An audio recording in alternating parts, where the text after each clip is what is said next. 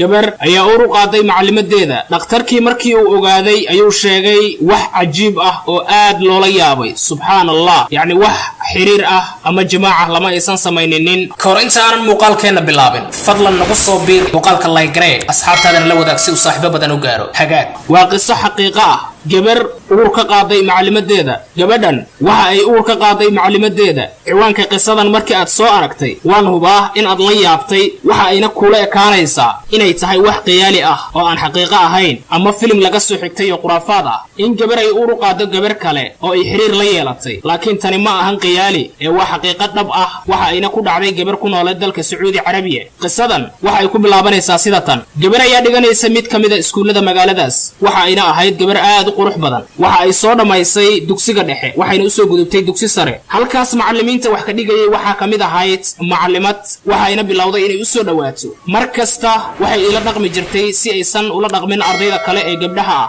waxaan ka arkay danayn badan bay tiri oo saa'id ah inkastoo aniga waxba aanan u arkin waxa ay la socon jirtay dhaqdhaqaaqayga markasta waxa ay ahayd mid iga soo saarta fasalka xitaa haddii uu macallin kale ku jiro iyada oo marmarsiyo ii raadinaysa muddo kadib waxa ay bilowday inay igaga sheekayso xiriir jinsiyadeed iyo waxyaabo kale oo aanan aad u fahamsanayn anigu waan iska moodsiin jiray laakiin markii dambe ayay si toos ah iigu dhahday waxaan rabaa inaan xiriir jinsiyadeed yeelanno maadaama aan saa'id kaaga helay oo aan kuu baahanahay yacni qaab qowmluudnimo ah ayay iga dalbatay bay tiri laakiin aniga waan ka diiday oo waxaan ku dhahay taas ma awoodo ugu dambayn way iga guulaysatay waxa ayna inoo bilowday inaan ku dhaqanno ama aan samayno waxyaabo uu ka yaqyaqsanayo qofka damiir kale iskuulka ayay igu reebi jirtay bay tiri iyadoo leh wax baan fahamsiinayaa xilliga break timeka waxay igu wici jirtay ama igu yeeri jirtay xafiiskeeda markastana waxaan ahayn kuwa xiriir noocaasa sameeya markii 7 bilood aan sidaa samaynaynay ayaan xanuunsaday hooyo oo aad iga shakisaneed ayaa geysay isbitaal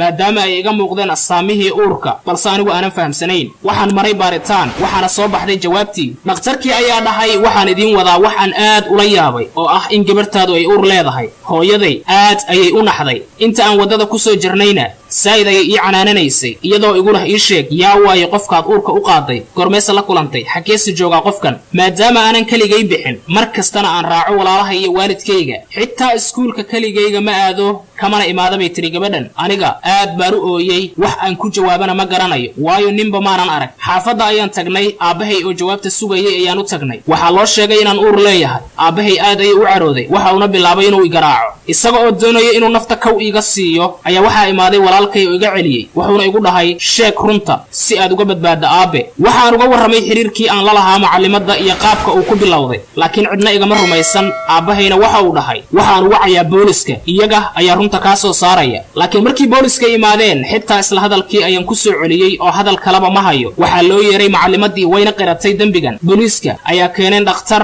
oo ku dhaheen inay xiriir la yeelatay nin iyo in kale ogow dhakhtarkiina waxa uu caddeeyey in wax xiriir ah aanan nin la yeelanin arrintiina waa ay sii wareertay muddo kadib booliska ayaa dhahay amuu macallimadda ninkeedu dembigan wax ku leeyahay waxaa loo yeeray ninkii laakiin isaga xitaa aqoon iskuma lahayn dhanka kale waaba la caddeeyey inaanan nin la kulmin ninkii ayaa dhahay haddii aad aniga iga shakisan tihiin waxaad samaysaan baaritaan DNA ah halkaas ayaa laga ogaanayaa qofkan amaba cunugan qofka dhalay waxaa la sameeyey baaritaankii waxaana caddaatay in cunugan aabbihiisa uu ninkan yahay mar kale ayay arrintii sii wareertay oo meel xun ayay gaartay baaritaan dheer kadib waxaa soo baxday maalin in macallimaddu ay soo daahday iskuulkana ay goor damba timid waxaa macallimaddii la weydiiyey maalintaas halka ay ku soo daahday waraysi dheer kadib waxa ay dhahday waxaa imaaday odaygayga oo muddo dheer aanan is arkin subaxdaasna waxa aan ku soo daahay la joogitaankiisa ugu dambayntii waxa ay sheegtay in markii ay ka soo tegaysay ay wada yeesheen xiriir jimaaca ah kadibna ay imaatay iskuulka maadaama xilli kala wareeg ah oo bareeg ah ay imaatayna waxay aragtay gabadhii ay jeclayd